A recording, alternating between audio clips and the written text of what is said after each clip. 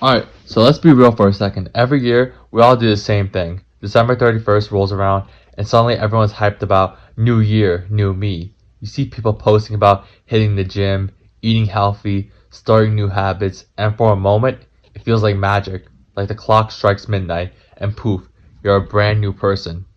But here's the thing, it's not magic, it's a trick. And your brain, it's set up to fall for it every single time.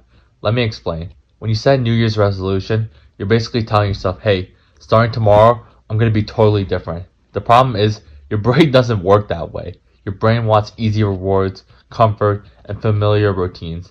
That's how humans have survived for thousands of years. If something feels new or hard, your brain immediately throws little flags like warning, danger, do you really want to do this? For example, let's say your resolution is I'm going to start running every morning. The first day, you wake up motivated, full of energy, but when your body hits that first cold morning, your muscles are sore and the alarm feels like a hammer. Your brain says, hey, maybe we should skip this today. We survived yesterday, so we can survive tomorrow too. That's not laziness, that's your brain protecting you. It's a survival mechanism. Then there's something else. It's called dopamine. This is the chemical in your brain that makes you feel good when you get rewards. When you start a new habit, the first few days are exciting. You get dopamine hits for every little win, but here's the trap. Your brain doesn't know long-term goals. It only reacts to immediate rewards. Running that morning? Sure, the first day feels fun. Day 5, your brain says, where's the fun in this? I don't feel anything yet. And suddenly, that motivation fades. And here's the sneaky part. Your environment reinforces the trap. Your house, your friends, your phone, all of these things are full of comfort and distraction. Your brain has been conditioned to go towards these things. So every time you try to push forward with your resolution, you're fighting your own brain's wiring and thousands of tiny environmental cues telling you to stay exactly where you are. Then there's decision fatigue, which is huge. All day long, your brain makes tiny choices: what to eat, what to wear, what message to reply to. By the time you get home, your brain is tired. So when you face your big resolution choice, it's like going to the gym or cooking a healthy meal. Your brain wants the easy option, and that easy option is usually whatever habit you already have. This is why even motivated people fail by the end of January.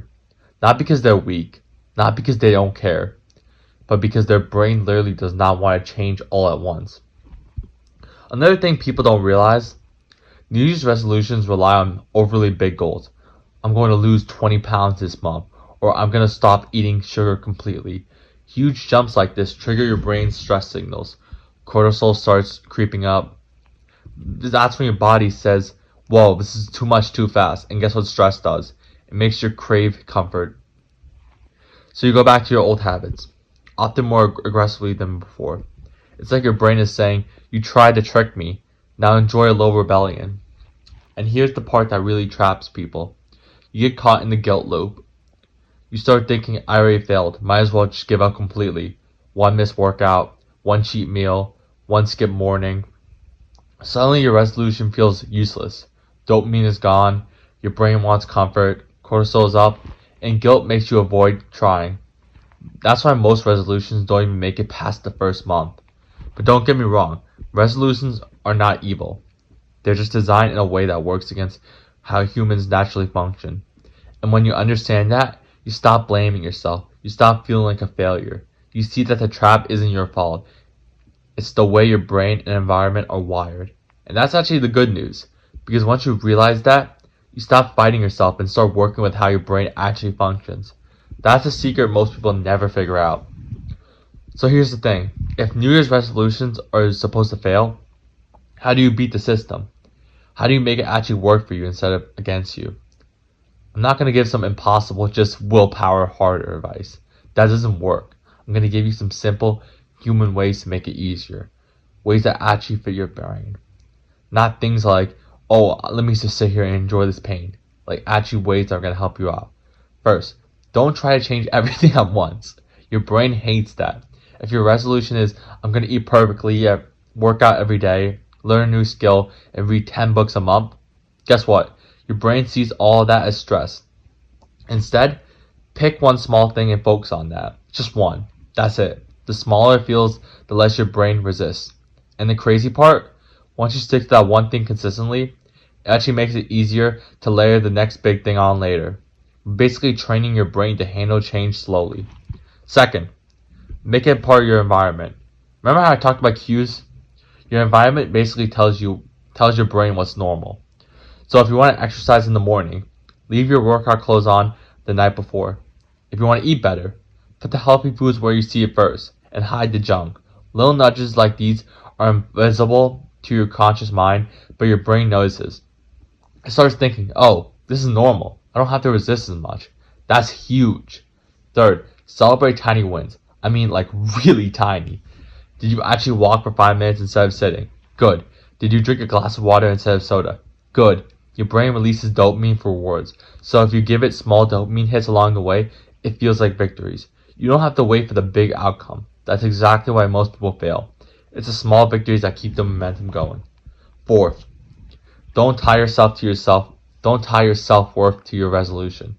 One of the biggest traps is guilt. You skip a day, or you eat one cookie, or you don't hit the gym, and suddenly you think, I failed, I'm terrible. That's exactly the trap I was talking about before. The truth is, your brain is wired to resist, and sometimes your environment will win. That doesn't mean you're weak or lazy. It means you're human. Cut yourself some slack. Keep going. Reset the next day. The fifth one, make it fun and social if possible. Humans are social creatures. If you can get a friend involved, even just by texting each other's progress or sharing small achievements, your brain will get extra motivation. It's like having a little buddy in your head cheering you on instead of your brain being the enemy. Now here's a little twist that most people never hear about. Timing matters. Your brain works in cycles. Mornings, afternoons, evenings. Different things feel easier at different times. If you're trying to force into a hard habit when your brain is already tired, forget it. That's why most I'll start tomorrow resolutions die on the first morning. Instead, experiment with the times of day that feel natural for the habit. Your brain will thank you. Lastly, frame it as identity, not outcome. This is a subtle but powerful. Instead of saying, I'm going to lose 20 pounds or I'm going to go to the gym every day, say, I'm someone who cares about my health or I'm somebody who wants to move their body regularly. When the behavior becomes tied to your identity, it's way easier to stick with it. Skipping a day doesn't feel like failure.